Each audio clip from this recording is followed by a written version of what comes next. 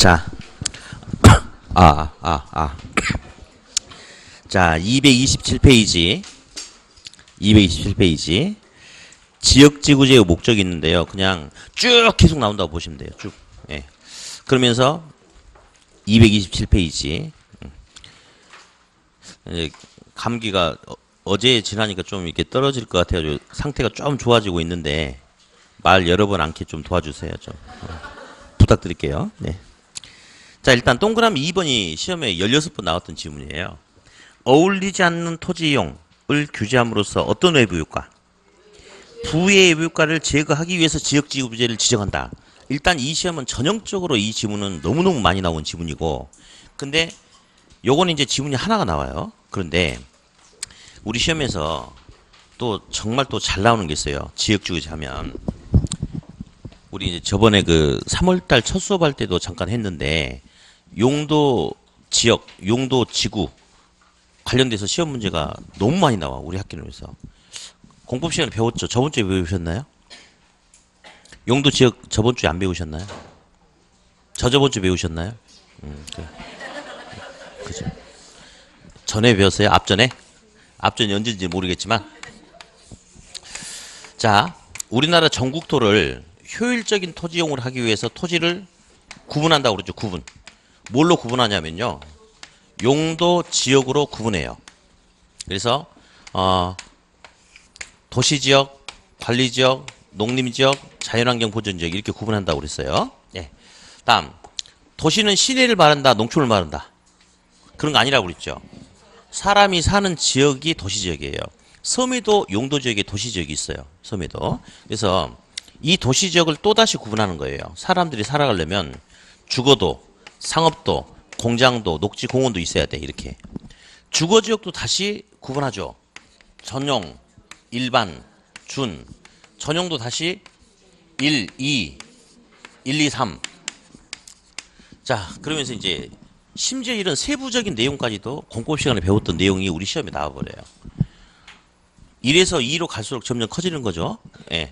전용의 특징이 양호한이에요, 편리한이에요? 그런 거 물어보면 안 되는 건가? 양호한, 양호한. 그래서 단독주택 중심의 양호한, 공동주택 중심의 양호한. 일반의 특징은 편리한이죠. 저층 중심, 중층, 중고층 중심의 편리한. 이게 핵심이죠. 근데 이걸 바꿔서도 시험에 내주거든요. 이런 거 보면 참 우리 학생들 불쌍한 것 같아. 이런 걸 낼 이유가 없어. 사실은 시험에 내면 안 되는 거예요. 안 되는 건데 아무튼 내. 그러니까 잘하세요. 근데 우리 시험에도 나오니까 잘하셔야 돼요. 잘. 자, 그러면서 아무튼 용도 지역은 토지 이용을 효율적으로 하기 위해서 구분하는 거야. 구분하는 거는요. 섞이지 않게끔 하려고 명확하게 구분하겠다 이 말이거든. 그 말은 용도 지역은 중복 지정 된다 안 된다.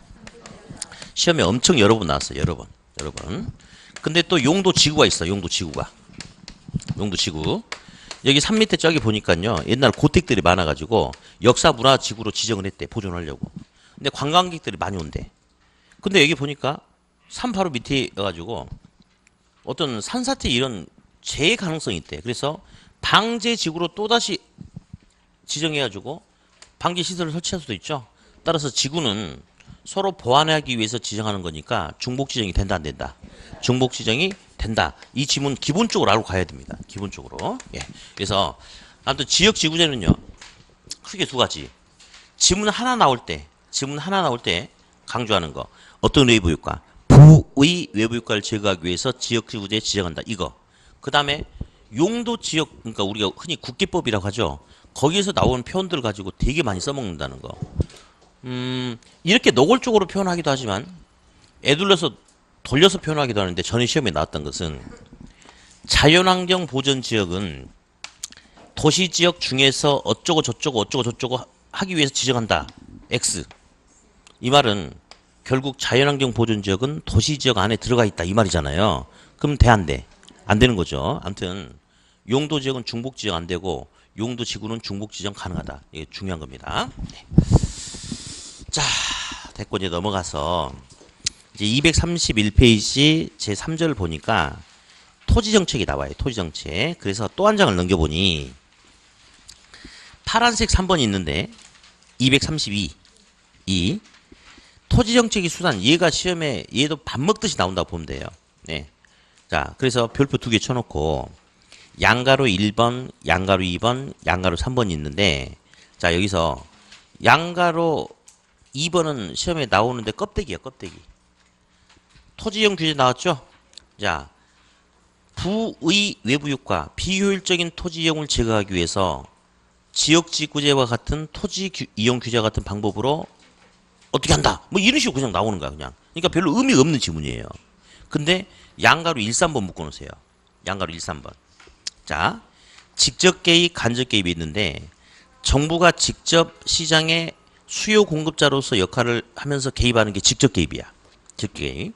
다음, 간접 개입은 수요 공급에 영향을 끼칠 의도를 가지고 LTV, DTI, 금융규제, 개발 부담금, 보조금, 금융지원 규제, 세금 등등의 방법으로 개입하는 것을 간접 개입이다라고 하는데, 우리 시험에서는 직접 개입과 간접 개입의 개념은 가끔 나오는데 의미 없이 나오고, 요것은 무슨 개입이냐, 이것은 무슨 개입이냐, 이거 구분하는 게 우리 시험의 핵심이에요, 핵심. 자, 일단 어디 우리 토지 수용 있죠, 수용. 수용은 강제성을 띠지만 아무튼 공공이 참고로 중간에 오신 분들, 자, 앞으로 이제 시험에서 공공 정부란 말이 나올 거예요. 여기서 말하는 공공 정부는 정부, 부산광역시, 사구 등의 지자체, LH, 도시개발공사, 공기업 묶어서 전부 다 정부 또는 공공이라고 합니다. 앞으로. 예. 그래서 직접 개입. 자, 그러면 이 수용 같은 경우는 공공이 강제성을 띠지만 아무튼 돈을 주고 사는 거죠. 그러니까 수요자 역할을 하는 거죠. 무슨 개입? 직접 개입, 직접 개입, 직접 개입. 그리고 조금 이따 책에 다시 나오는데 토지 비축 또는 토지 은행이라고 이야기해요.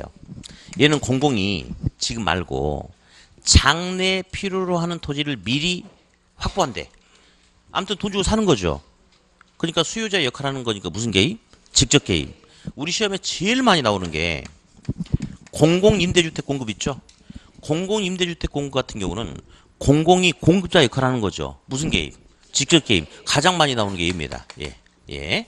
자, 뭐 다른 소리 하지 말고 바로 문제 하나 풀어볼게요. 오른쪽에 검정색 블럭 있죠? 자, 직접 개입 수단은 모두 몇 개냐? 어디 써볼게요, 직접. 공공토지 비축, 뭐? 직접. 취득세, 간접. 종합부동산세, 간접. 토지 수용, 직접. 개발부담금, 간접. 공인개발, 직접. 공공임대주택 공급은 직접. 대부비율, LTV, DTI, 간접. 그래서 보니까 직접 개입이 공공토지 비축, 그 다음에 토지 수용, 공영개발, 공공임대주택 4개죠? 그러니까 답은 4번. 그렇게. 예. 왜? 2번이에요? 아, 근데 실제로 4번을 찍은 학생들이 많아요. 이런 문제. 그러니까 제일 좋은 거는 1번 1개, 2번 2개, 3번 3개 이렇게 나오면 괜찮은데 지금 답 이제 4개인데 4개가 4번이 아니고 몇 번이에요? 2번이죠? 그러니까 실제 시험장에서 그러니까 이제 어려운 문제는 틀려도 합격 불합격에 영향을 주진 않는데 이런 문제를 갖다가 답이 4개인지 알잖아요. 그래 놓고 답을 4번을 찍어버려. 없을 것 같죠? 많아요. 그러니까 정신을 똑바로 차리셔야 돼. 그래서 이런 실수가 많아버리면 시험에 떨어지는 거고 이런 실수를 안 하면 합격하고. 그러니까 합격과 불합격의 차이는 내가 많이 공부를 했느냐 적게 했느냐 이게 절대 아니고요. 내가 알고 있는 거에서 실수를 3개 하면 합격하는 건데 실수를 4개, 5개 하니까 한 문제 차이로 시험에 떨어지는 겁니다. 그게 무슨 실패라고? 그 시험 실패. 그래서 아무튼 좀 조심하셔야 됩니다. 그런 거를. 예. 그러니까 이상하게 시험, 그러니까 평상시는 안 그러는데 시험장만 가면 그런 잔실수를 하는 사람들이 되게 많아요. 눈에 뭐 귀신이 씌었나 봐.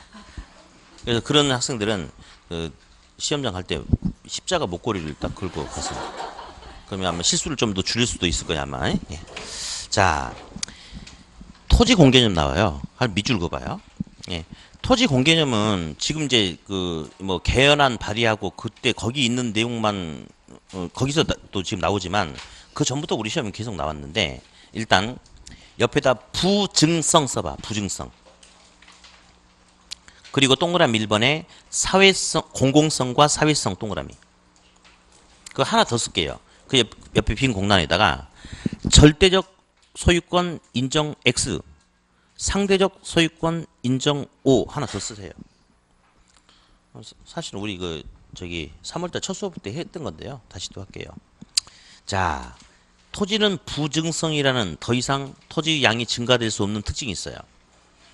근데 인간은 세대를 거듭하면서 계속 수요가 증가해. 그러다 보니까 이제 한정된 토지 가지고 잘 살아야 돼. 근데 토지를 갖다가 소유권이 개인한테 있다고 해서 개인이 자기만을 위해서 자기 멋대로 써버리면 공공의 이익을 해칠 수가 있다 이거지. 그래서 국가가 토지에는 사회성과 공공성이 내포되어 있으니까 개인의 토지를 하더라도 개인만을 위한 이용은 인정하지 않아요. 공공의 이익을 해치지 않는 범위 내에서 개인의 이용을 허용해 주는 거예요. 경우에 따라서 공익을 위해서는 사익을 배제시킬 수도 있는 그런 것도 있단 말이에요. 그래서 토지 소유권은 소유권이 나한테 있다 하더라도 내 멋대로 쓸 수 있다 없다? 없다. 그러니까 절대적 권리 인정한다 안 한다? 안 한다. 남한테 피해를 주지 않는 범위 내에서 정부가 끌어가고자 하는 그 틀 내에서만 이용이 가능하다. 그래서 어떤 권리만 인정된다. 상대적 권리만 인정된다. 그 정도만 알아두시면 되겠어요. 네. 넘기시고.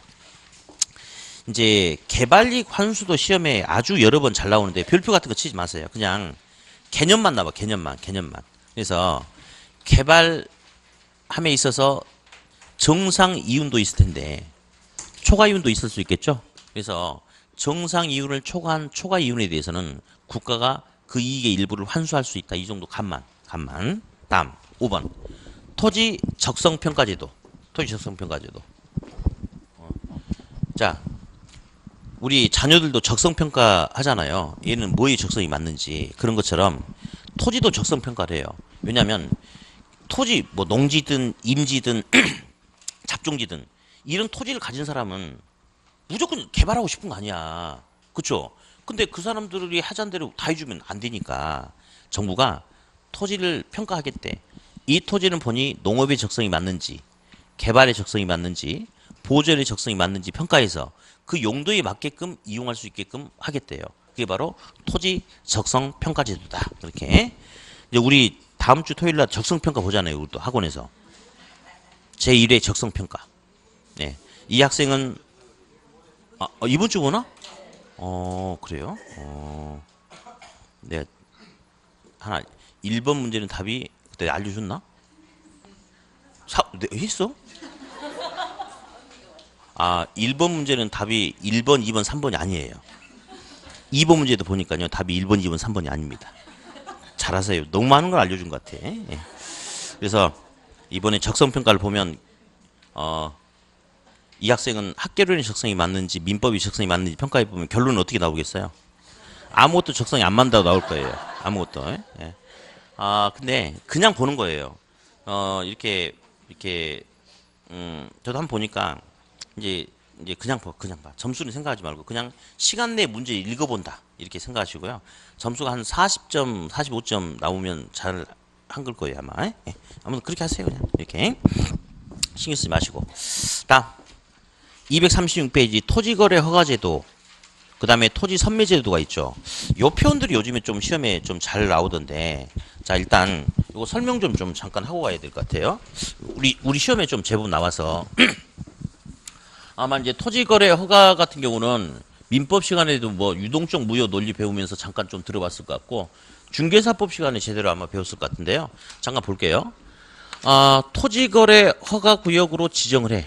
어떤 지역을 지정하느냐? 뭐 지가가 급등하거나 투기적 성향이 있을 것 같은 지역을 지정한다. 뭐라고 하는데 그런 거는 전혀 오닥거리가 아니고 일단 이 토지거래 허가 구역 내에서 용도별로 일정 면적을 초과하는 토지에 대해서는 시장 군수 구청장한테 허가를 받아야 돼. 그래서 매도인과 매수인이 있어요. 둘이 이제 매매 계약을 체결하기 전에 허가를 신청하는 거예요. 허가를 신청해. 그러면 이제 시장이 허가를 신청하면 시장 군수 구청장이 허가 불허가 결정을 내려주겠죠. 그렇죠. 자, 그런데 그 사이에 시장이 이제 결정을 해주려고 그랬더니 LH가 갑자기 끼어드는 거예요. 그래가지고 시장한테 저기 잠깐만요. 나 이 토지 필요로 하는데 아직 허가 내주지 말고 나 저기 매도인 좀 만나서 이야기 좀 할 수 있게끔 해주세요라고 하는 거예요. 그럼 시장이 오케이 알았어. 너 그럼 내가 최종적으로 한 달의 시간을 줄 테니까 네가 알아서 해. 하면 얘한테 우선적으로 토지를 매입할 수 있도록 할 수 있는 선매자의 지위를 줍니다. 그러면 LH가 가지고 매도인한테 너 그거 팔 거면 내가 그 돈 줄 테니까 나한테 팔래? 이렇게 한 거예요. 근데 매도인이 싫다 그러면 이 자식이 내가 누군 줄 알고 하고 뺏어버리면 돼안돼? 말이 안 되는 거예요. 그러니까 당연히 얘는 강제 매수가 이루어지면 돼안돼? 안 돼요. 그래서 어떤 매수가 이루어지냐면 협의 매수가 이루어집니다. 협의 매수가. 예. 일단 요거 이제 오답 하나 나오고요. 또 하나 이제 얼마 전에 나왔던 거. 자, 이제 허가 신청을 받았네. 그래가지고 매수인이 샀어. 근데 이 토지를 가지고 요렇게 이용하겠다라고 허가 신청을 해서 허가를 받아서 샀는데 본래의 용도대로 이용을 안 해. 근데 시장한테 걸린 거야 이제. 그럼 시장이 이 자식 봐, 왜 너 원래 약속대로 안 해? 너 약속 위반했으니까 너 몰수야, 뺏을 거야. 말 돼 안 돼? 안 됩니다. 원래대로 안 하면 원래대로 할 때까지 이행 강제금 부과해요. 이행 강제금을. 그래서 다시 자, 선매자가 지정되면 이 선매자는 토지 소유자하고 협의를 거쳐서 매수하는 거예요. 강제 매수가 아니고 뭐다? 협의 매수. 그다음 허가를 받아서 토지를 매입했는데 그 매수인이 본래의 용도대로 토지 이용을 하지 않으면 이행할 때까지 벌금 때리는 거죠. 이행 강제금을 부과한다는 거. 언제까지? 영원히. 약속 지킬 때까지 계속 하라는 거. 계속. 이렇게. 그래서 이런 용어들이 좀 시험에 나오니까 좀 알아두시고요. 다음. 이제 뭐 넘어가서 가지고 239도 봅니다. 파란색 9번이 있어요. 파란색 9번. 거기 보니까 토지, 은행, 토지 비축제도 보이시죠? 얘도 시험에 너무너무 잘 나와요. 용어가. 별표 하나 쳐놓고. 자, 어디? 은행이란 용어, 비축이란 용어가 있잖아요. 지금 당장 쓸 물건을 비축하지 않습니다. 지금 당장 쓸 돈을 은행에 집어넣지 않아요. 은행, 비축이란 용어가 나온다는 것은 지금 쓰려고 한다, 미래 쓰려고 한다. 미래. 동그라미 1번에 정부가 장래 있죠, 장래. 장래, 미래. 그 다음 하나 더. 동그라미 2번. 공공토지 비축제도는 정부가, 공공이 돈 주고 사는 거죠. 그러니까 두 번째 줄 직접 개입, 간접 개입. 직접 개입이다라고 하고요. 참고하기 있죠, 참고하기. 동그라미 3번과 7번 일단 체크해봐요. 3번, 7번. 3번, 7번. 자, 토지 비축 제도는 7번 뭐 할 거예요? LH에서 하는데요. 토지를 지금 쓰려고 하는 게 아니고 장래 필요로 하는 토지. 앞으로도 학교도 만들고 공원도 만들고 체육시설도 만들어야 되잖아요. 뭐 토지가 필요하거든. 그래서 장래 사용할 목적으로 토지를 확보하는데 거기 보니까 공공개발용 토지, 수급조절용 토지가 있죠. 요거는 그냥 시험에 나온 적이 있는데 오답 없이 나옵니다. 토지를 확보를 해서 나중에 공공이 개발하기 위해서 쓰게끔 하려고 확보하기도 하고 또 미리 확보해놨다가 나중에 시장에서 뭐 주택 용지가 부족하다 그러면 건설사에게 다시 팔기도 하겠대요. 수요 공급 조절 목적으로 한다. 7번. 다음. 다시 3번. 비축 토지란 누가? 한국토지주택공사 LH가 한대. 자, 이 토지 비축 제도, 토지 은행 제도는 비축한 토지를 지자체에서 다 관리하게끔 하면 지역 이규지 때문에 합리적인 이용이 안 돼요. 그러니까 LH에서 통합으로 관리한다는 거. 누가 관리한다? LH에서 통합으로 관리한다. 그 정도만. 그리고 나중에 부동산 개발 가면 다시 또 나오니까 한마디 더 할게요. 자, 매수 방식이 두 가지가 있어요. 매수가. 하나는 강제 매수 수용 방식이 있고 또 하나는 협의 매수가 있어요. 수용 아시죠? 수용. 토지 비축은 공공이 지금 쓰려고 해? 나중에 쓰려고 해? 그럼 지금 당장은 어떤 용도로 쓰겠다 이것도 결정이 안 된 거 아니에요. 그럼 원칙적인 방법이 강제 수용이겠어? 협의 매수겠어? 협의 매수. 그래, 협의 매수. 그럼 보세요. 토지 비축은 협의 매수고 수용은 강제 매수죠. 당연히 둘 중에 어디에서 토지 소유자하고 권리 침해 정도가 더 크겠어요? 그러시죠. 이것도 이제 한 번씩 나옵니다. 나중에 저기 부동산 개발 가면 또다시 얘기할 거예요. 네. 그러면 또다시 잊어버리겠죠? 다음. 이제 242. 자, 242페이지 보니까 이제 파란색 2번에 임대주택 정책이 나와요. 시험에 100% 나온다고 보시면 100%. 100%. 예. 그 중에 1번 임대료 규제 정책 상한제를 할 텐데요. 거기도 별표 2개 쳐놓으세요. 자, 우리 저번에 주택 수요계층, 주택 소유계층 들어봤어요. 누가 주택 구매력이 낮은 사람이에요? 소유계층, 소요. 그러면 임대주택 정책의 주된 대상자는 누굴까요? 주택 소유계층이겠죠. 그러면 세 가지가 나와. 임대료 규제, 임대료 보조, 공공임대주택 공급 세 가지가 나올 텐데 이렇게 하든 어쨌든 저소득층 임차인의 주거 안정을 목적으로 했기 때문에 임대료가 실질적인 임대료 부담이 더 높아지게끔 낮아지게끔 하는데 궁극적인 목적이 있겠죠? 자, 그러면 임대료 규제 먼저 할 텐데 임대료 규제 옆에 보니까 상한제라고 나왔습니까? 상한제. 그 옆에다 최고 가격제 써보세요. 최고 가격제. 자, 이제 칠판 볼 거예요. 첫 번째, 임대료를 규제하겠다. 이 규제는 상한제, 최고가 다해서 최고 가격제라고 하는데요. 자, 볼게요. 100원이라는 가격에 대해서 임대료 규제. 100원이 상한제라는 것은요. 야, 아무리 많이 받아도 100원이 상한이야. 더 이상 올려받으면 안 된다? 라고 하는 거예요. 그러면 상한이란 것은 이 100원이란 것은 최고가, 최저가. 최고로 많이 받는 상한이 이만큼이래.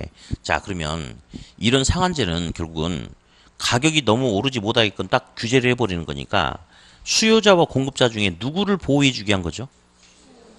수요자를 보호해주게 한 거지. 가격 못 오르게 막는 거니까. 그러면 임대차 시장에서는 임대인과 임차인 중에 누가 약자입니까? 소비자인 임차인이 약자죠. 그럼 임차인을 보호해 주려면 임대인이 가격을 무리하게 못 올리게끔 막아야 될 거 아니야. 그래서 최고 가격제 상한제라고 그렇게 이야기를 해요. 네. 자, 다음. 자, 한번 그려보면 가격과 수량, 개수. 임대료는 영어로 렌트 R이라고 그래요. 근데 P라고 써도 상관없죠? 똑같다고. 우리 시험은 사실은 정확하게 말하면 P는 프라이스 가격이고 R은 렌트 임대료고 달라. 근데 우리 시험은 임대료와 가격을 동일한 용어로 취급해 줍니다. 시험 문제 보면 임대료가 어쩌고 저쩌고 해놓고 P라고 써. 또 가격이 어쩌고 저쩌고 해놓고 R로 써. 그러니까 상관없어요. 우리 시험은 임대료와 가격은 서로 어떻다? 똑같다라고 알아두세요. 네. 그러면 수요곡선이 이렇게 주어졌고 공곡선이 이렇게 주어졌다고 합시다. 자, 그러면 이 점이 수요 공곡선이 교차하는 점이죠. 이게 균형점인데 이 균형점에 의해서 현재 100원이라는 임대료에 주택이 100개가 임대차가 되고 있는 상황이라고 가정을 할게요. 그런데 정부가 개입해서 임대료를 통제하겠대. 그러면 정부가 봤을 때는 현재 시장에서 형성되고 있는 이 100원이라는 임대료마저도 임차인 지불하는 데는 부담스러울 것 같다 이런 생각이 드는 거죠. 그래서 정부가 개입하겠대. 그럼 당연히 저 가격보다 싸게 통제하겠어, 비싸게 통제하겠어? 당연히 이 가격보다 낮은 선에서 70원에 통제를 해야 돼요. 당연히. 이게 당연한 거지 뭐. 그런데 말 같지 않은 소리인데 현재 100원인데 정부가 야, 앞으로 130원까지 거래해도 된다? 이건 말이 안 되는 거죠. 근데 한번 해볼게요. 그럼 130원이라는 돈은 현재 시장 가격보다 높은 선, 낮은 선. 그렇죠? 시장 가격보다 높은 선에서 통제를 한다? 말 같지 않은 소리지만 해본다고 그랬어요. 이렇게 하면 원래 100원이라는 가격에 수요 공급이 수요량도 100개, 공급량도 100개였는데 공급자가 돈 더 받아도 되는 거야?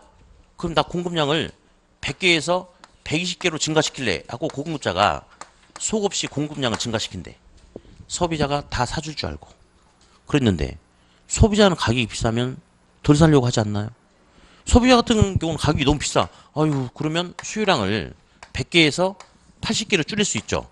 그러면 높은 선에서 가격을 통제한다면 뭐가 더 많아졌어요? 공급이 더 많죠? 수요보다 공급이 더 초과되게 많지 않습니까? 이런 경우를 초과 공급이라고 그래요. 뭐라 불러준다? 초과 공급. 그런데 말이죠. 이런 현상은 나타나지 않아요. 절대로. 절대로. 왜 그러냐면 현재 이 상태에서 균형점 이 상태에서 정부가 가격을 더 비싸게 받으라고 해서 공급자가 공급량을 증가시켰더니만 소비자가 안 사줘 버려. 그럼 공급자는 돈 좀 더 받으려고 공급량을 확대시켰는데 소비자가 안 사줘 버리면 공실에 의한 손해가 훨씬 더 커버립니다. 그러니까 높은 선에서 가격을 통제하면 공급자가 따라간다, 안 따라간다? 안 따라가. 균형점은 움직이지 않습니다. 움직이지 않는다는 것은 높은 선에서 가격을 통제한다 하더라도 시장에 아무런 영향을 줄 수 있다 없다? 아무런 영향을 줄 수 없다라고 이렇게 이야기해요. 제대로 할게요. 제대로. 그러면 균형 가격보다 낮은 선에서 제대로 70원을 통제해 볼게. 자, 일단 균형 가격보다 낮은 선에서 통제하는 거 맞는 거죠? 낮은 선에서 통제하는 거죠? 맞아요. 자, 제대로 한번 해본다고 그랬어요. 그랬더니만 싸게 통제에 따르는 1차적인 목적은 달성이 됐어. 근데 이제 문제가 터졌어. 어떤 문제냐? 가격이 싸니까 임차 수요량이 100개에서 120개로 증가할 수도 있겠죠. 싸니까. 근데 문제는 공급자가 돈이 안 되는 거야. 그러니까 공급량을 100개에서 80개로 공급량을 줄여버릴 수 있을까요? 그러면 수요는 120명인데 물건은 80개밖에 없네. 물건이 충분해요, 부족해요? 부족하죠. 이런 경우는 수요 공급 중에 누가 더 초과돼 있어요? 수요가 더 초과돼 있죠? 초과 수요라고 그래. 그러면 다시 낮은 선에서 통제한다는 것은 싸게 통제하는 거예요. 싸게. 초과 수요란 것은 주택이 뭐 하는 것이다? 부족한 것이다. 이렇게. 이제 제가 추가 설명을 하긴 하겠는데요. 다음 중 틀린 거 고르시오 그러면 거의 대부분의 문제에서 물론 몇 개 더 있긴 하지만 답이 여기서 나오는 게 제일 많아요. 낮은 선에서 통제해야 되는데 막 높은 선에서 통제한다 이렇게 나와버리고 설령 높은 선에서 통제한다 하더라도 아무런 변화가 없어야 되는데 초과 공급이 나타난다. 우리 나중에 기출문제 보면요. 엄청 많이 나와요. 초과 공급. 가격 통제, 분양가 상한제든 임대료 상한제든 가격 통제에서 초과 공급 나오면 볼 것도 없이 무조건 다 틀립니다. 여지껏 거의 한 10번 정도 나왔던 것 같아요. 초과 공급 나오면 무조건 틀리는 거예요. 예. 그래서 요거에서 답이 결정되는 게 상당히 많이 나왔었고요. 이제 세부적인 내용으로 들어갈 겁니다. 세부적인 내용으로. 낮은 선에서 통제한다는 것은 싸게 통제하는 거죠. 그럼 공급자가 좋아할까 싫어할까? 임대인이 짜증나는 거죠. 그 분양가 상한제든 임대료 상한제든 시장 가격보다 싸게 받으래.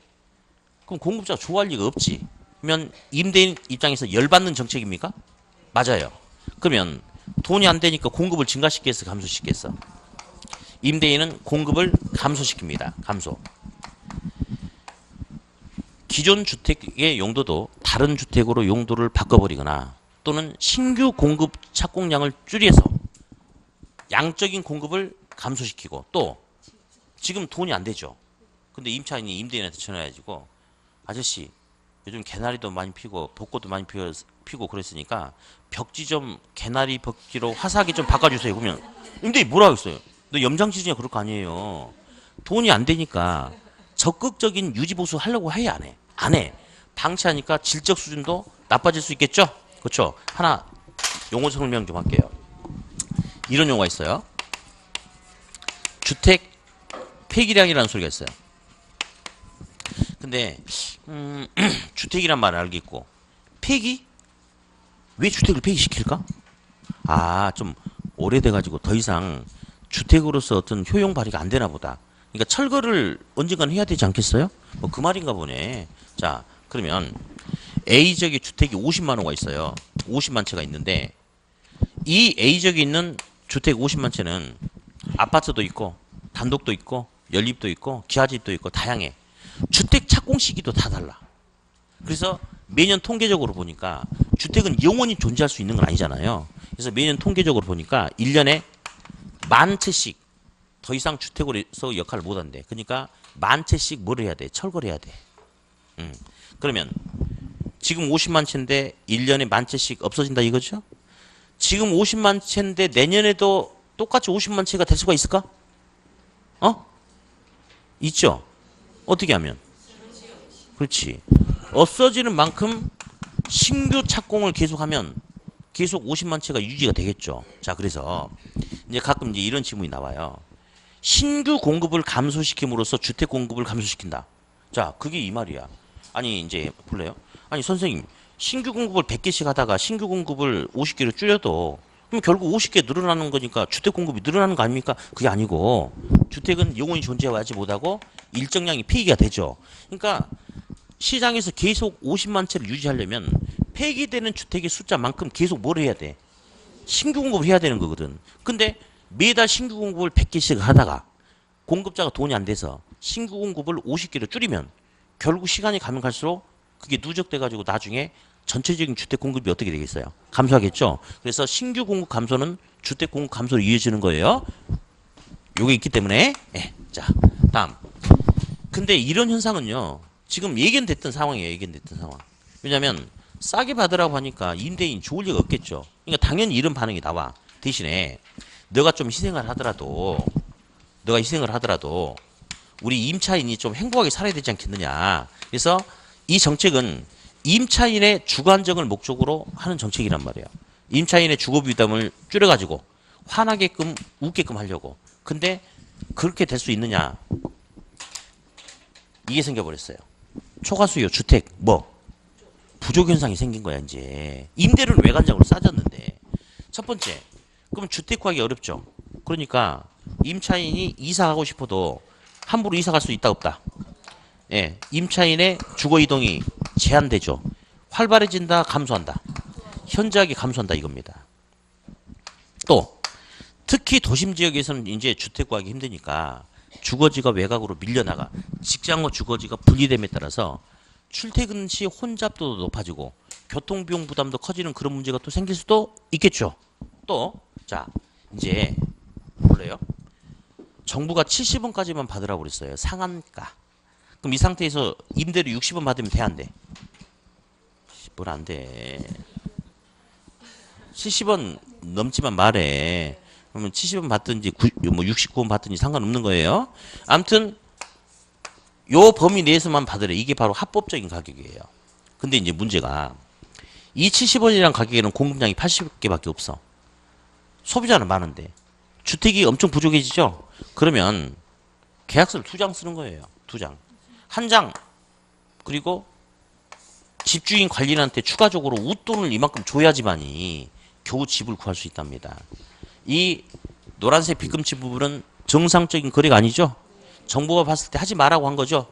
암거래 시장. 이걸 갖다가 음성적 거래라고 그래요. 음성적 거래. 자, 무슨 거래? 그러면 자연스럽게 음성적 거래가 나타나가지고 임차인은 이중 가격을 지불해야 되는 그런 문제가 생긴다. 여기서 이중 가격이 의미하시겠나요?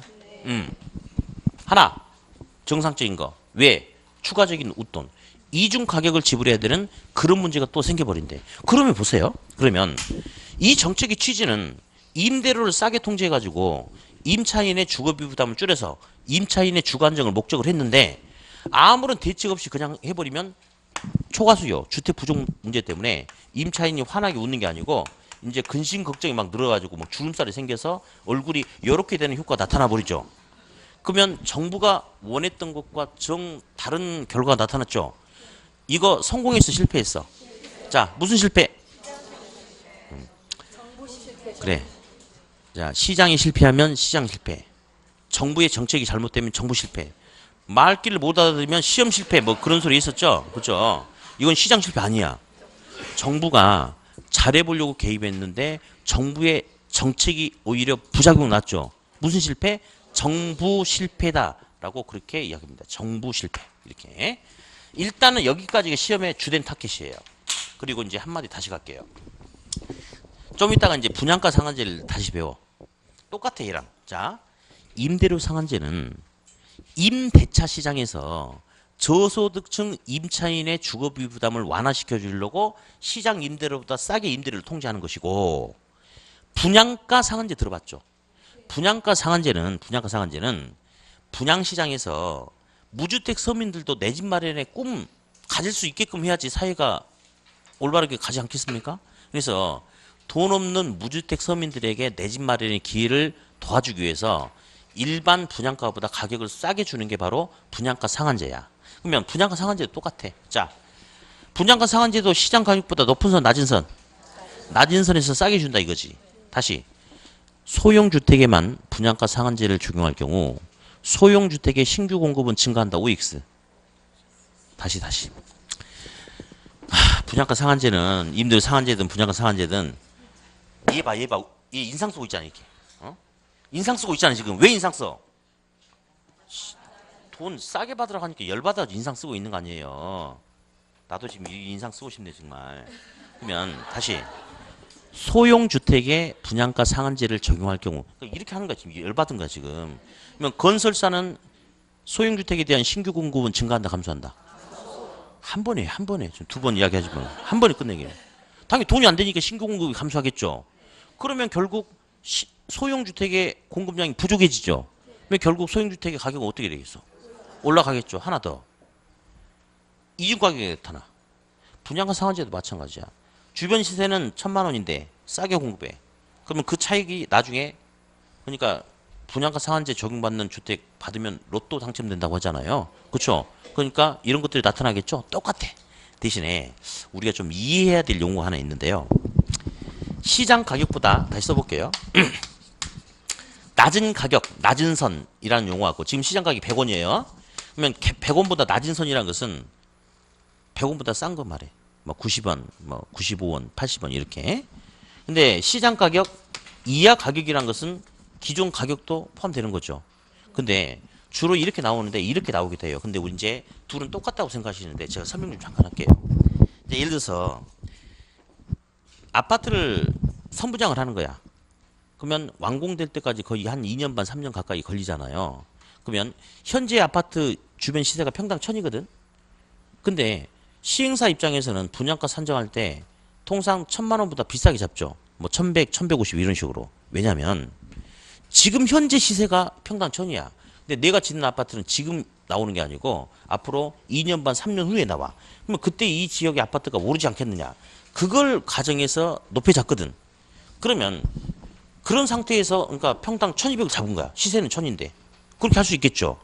근데 서민들 대상으로 하는 아파트는 현재 시세 1,000만 원 잡아도 지금 시세랑 똑같잖아요. 근데 이게 나중에 완공돼가지고 2년, 3년 후에 나오면 시장 시세는 더 높을 거 아니에요. 그러면 그때를 기준으로 보면 지금 1,000만 원도 싼 거죠. 그런 관점에서 이해란 말을 써주거든요. 그러니까 그냥 이거는 꼬투리 잡지 말고 수학적으로 보면 틀렸다고 할 수도 있는데 그걸 꼬투리 잡지 마세요. 낮은 선이든 이하든 그냥 싸게 준다 이렇게 받아들이세요. 어떻게 준다? 싸게 준다. 둘이 똑같은 의미라고 해석하세요. 똑같은 의미. 예. 다음 이제 하나 더 잡을게요. 이제 제가 그랬어요. 아까 거의 대부분의 문제는 여기서 답이 결정돼. 제일 시험에 잘 나오는 게 요거야. 높은 선, 그 다음에 요거. 예. 낼만한 게 요거. 예. 뭐 이중 가격 같은 경우는요. 3중 가격이라고 하겠어. 뭐 1중 가격이라고 하겠어. 그냥 나오고 틀어서 내주는 오답은 요거. 요게 이제 시험에 강조가 됩니다. 강조가. 거의 답은 이 안에 다 들어갑니다. 근데 이제 한 두어 번 요런 소리가 나와서 이 초과 수요에 대해서 좀 더 갈게요. 초과 수요는 물건이 충분히 부족해요. 부족하죠. 근데 시장 가격보다 가격을 싸게 통제하니까 왜 초과 수요가 나타났냐면 크게 두 가지입니다. 싸니까 임차 수요가 늘어나. 싸니까. 수요가 많아져서 공급이 부족하고 또 공급자도 돈이 안 되니까 공급을 줄여. 그러다 보니까 초과 수요가 나타나거든요. 근데 우리 시험에서는 주된 타겟은 공급이에요. 가격을 싸게 하다 보니까 공급자가 돈이 안 돼서 공급을 줄인대. 그래서 부족 현상이 나타나는데 주로 그런 관점으로 가거든요. 그러면 단기란 말이 있어요. 단기. 장기란 말이 있어요. 단기는 수요든 공급이든 탄력 비탄력. 비탄력. 장기는 수요 공급 모두 탄력 비탄력. 탄력. 그러면 건설사가 지금 돈이 안 돼 싸게 통제하니까 그럼 공급을 줄여야 되죠. 근데 아까 제가 주택 폐기량 하면서 신규 공급을 줄여가면 결국 나중에 전체적인 공급이 줄는다고 그랬죠? 공급 감소에도 시간이 걸려요. 공급 감소에도. 그러면 오늘 당장 가격을 싸게 통제했다 해서 오늘 당장 주택 공급을 확 줄일 수 있어 없어? 시간이 걸리거든. 그러면 단기하고 장기 어디로 갈수록 주택 공급은 더 크게 감소하겠어요? 시간이 가면 갈수록 주택 공급이 더 많이 줄겠죠? 그러면 초과 수요도 지금 당장보다는 시간이 가면 갈수록 초과 수요가 더 커지겠네? 그래서 앞으로 이렇게 합니다. 따라서 하세요. 초과 수요는 비탄력적인 단기보다 탄력적인 장기로 갈수록 커진다. 장기로.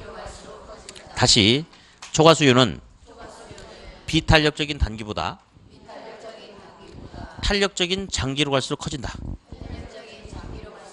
그렇게 묶어서 계속 읽으세요. 이 시험에 거의 안 나옵니다. 나온 적 있어요. 거의 안 나옵니다. 여기까지가 시험에 줍니다.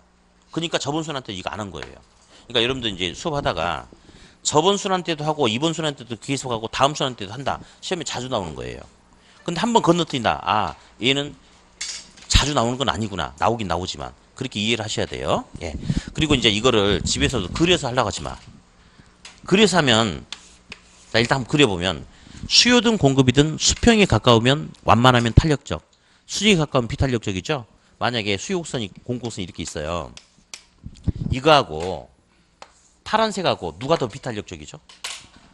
파란색이 더 비탄력적이죠? 그러면 현재 가격이 100원인데 낮은 선에서 70원을 통제하겠대. 그러면 흰색 탄력적일 때는 주택 부족 문제가 요만큼 생겨, 초과 수요가. 비탄력적일 때는 요만큼 생기는 거거든요. 그러니까 탄력적인 장기로 갈수록 초과 수요는 더 커진다 이 말인데 이런 거 그리지 말고 그냥 문장을 읽으시면 돼. 초과 수요는 비탄력적인 뭐보다? 단기보다 탄력적인 어디로? 장기로 갈수록 더 커진다. 이렇게. 또 하나 더. 딱 한 번 나왔는데 임대료 규제, 임대료 상한제의 그 정책적 취지는 좋아요. 임대료를 싸게 통제해가지고 서민들, 무주택 서민들의 주거비 부담을 줄여주겠다. 취지는 좋은데 문제는 부작용이 생기지. 주택 부족이라는 부작용이 생기지 않나요? 그죠? 이 부작용은 시간이 가면 갈수록 더 생기는 거죠. 자, 그러면 이런 표현 한번 보세요. 시장 가격보다 낮은 선에서 가격을 통제하는 임대료 규제는 단기 상황에서는 소기의 효과를 정책적 효과를 거둘 수 있으나 장기로 갈수록 초과 수요 문제가 커지게 된다. 맞아, 틀려? 맞죠? 그렇죠? 그래서 단기에는 초과 수요 주택 부족 문제가 덜 나타나잖아요. 그러니까 나름대로 단기에는 정책적 효과를 거둘 수 있는데 시간이 가면 갈수록 부작용이 더 커진다. 이런 식의 접근을 해주면 됩니다. 네. 자, 어디 임대료 규제 의 한번 체크하시고요. 근데 이제 처음 중간에 오신 분들 읽어볼게요. 의 정부에 의한 임대료 규제는 일종의 최고 가격제로서 주택시장에서 저소득 임차인의 주거비 부담을 떨어주기 위해서 사용되는 정책이다까지만 그 뒤에 보니까 직접 개입이란 말 있죠. 지워버리세요 일단은. 왜냐하면 학계로는 다른 과목들은 법이기 때문에 법 조문에 뭔가 구체적으로 명시가 돼 있거든요. 근데 학계로는 학문이기 때문에 학자들마다 바라보는 시각이 달라요. 어떤 사람들은 가격 통제도 직접 개입이다라고 바라보는 사람들도 있고, 근데 그 사람들이 소수고 대부분의 사람들은 직접 개입이 아니라고 바라보는 그 관점이 많아. 그러니까 아무튼 직접 개입 지워버리세요. 지워버리세요. 다음 특징의 동그라미 1번 별표, 동그라미 2번 체크, 1번 별표 2번 체크, 1번 뺀다는 거죠. 다음에 오른쪽 양가로 4번 동그라미 1번에 보니까 이윤 저하라고 나왔네. 왜 이윤이 저하돼? 얘 봐봐. 얘 지금 열받았죠? 이렇게 하니까 열받는 거야. 시장 가격보다 싸게 돈 못 받게 하니까. 그러니까 이윤 저하로 인한 공급이 감소하겠죠? 이중 가격 형성 맞아요? 초과 수요 발생 3번 맞죠? 다음 동그라미 잠깐 넘기지 마. 성질이 급해. 동그라미 4번 일단 체크해 보니까 만약에 규제 임대료가 시장 임대료보다 높을 경우에는 주택의 질적 저하도 가져오지 않고 공급량도 변화가 없다는 것은 시장에 아무런 영향을 줄 수 있다 없다? 영향을 줄 수 없다. 다음 바로 위에 동그라미 아니야 어디 넘겨. 바로 위에 동그라미 니은 디귿. 바로 위에 니은 디귿. 이제 한번 나왔는데요. 자, 초과 수요는 단기보다 장기로 갈수록 더 많이 생긴다 했죠. 디귿. 수요나 공급이 장기 탄력적일수록 초과 수요는 더 커진다 했죠. 이걸 묶어서 해. 묶어서. 자, 다시 봐요. 뭐는? 초과 수요는 비탄력적인 단기보다 탄력적인 장기로 갈수록 더 커진다. 묶어서 하면 돼요. 네. 넘기고. 이제 2번. 임대료 보조 정책을 할 텐데 좀 이따 할 건데요. 그 보조 옆에다가 바우처라고 쓰세요. 바우처. 그 바우처는 보조해 주는 걸 바우처라고 그래요. 이제 일정 소득이 안 되는 분들은 뭐 얘들 우리 학습지 교육 시키죠. 학습지 바우처 이런 것도 있어요. 신청하면 나오거든요. 그래서 바우처는 보조해 주는 거다. 그래서 그냥 저소득층 임차인에게 임대료를 보조해 주는 것을 그냥 주택 바우처다. 똑같은 말이다. 용어는 3번 나왔는데요. 다른 거 없어요. 그냥 이것은 뭐다? 바우처는 임대료 보조다. 그냥 그렇게만 생각하시면 돼요. 이제 시옷 할 텐데 혹시 보조는 그렇지. 보조는 증가인데 요즘 시험에 보면요. 증가해서 세 번째 증가가 뭐냐고 물어보면 좀 무리스러운 거죠. 보조는 증가인데 그 세 번째 증가에서 감소라고 시험에 엄청 잘 나옵니다. 그 세 번째가 뭘까요? 시옷 할게요. 네.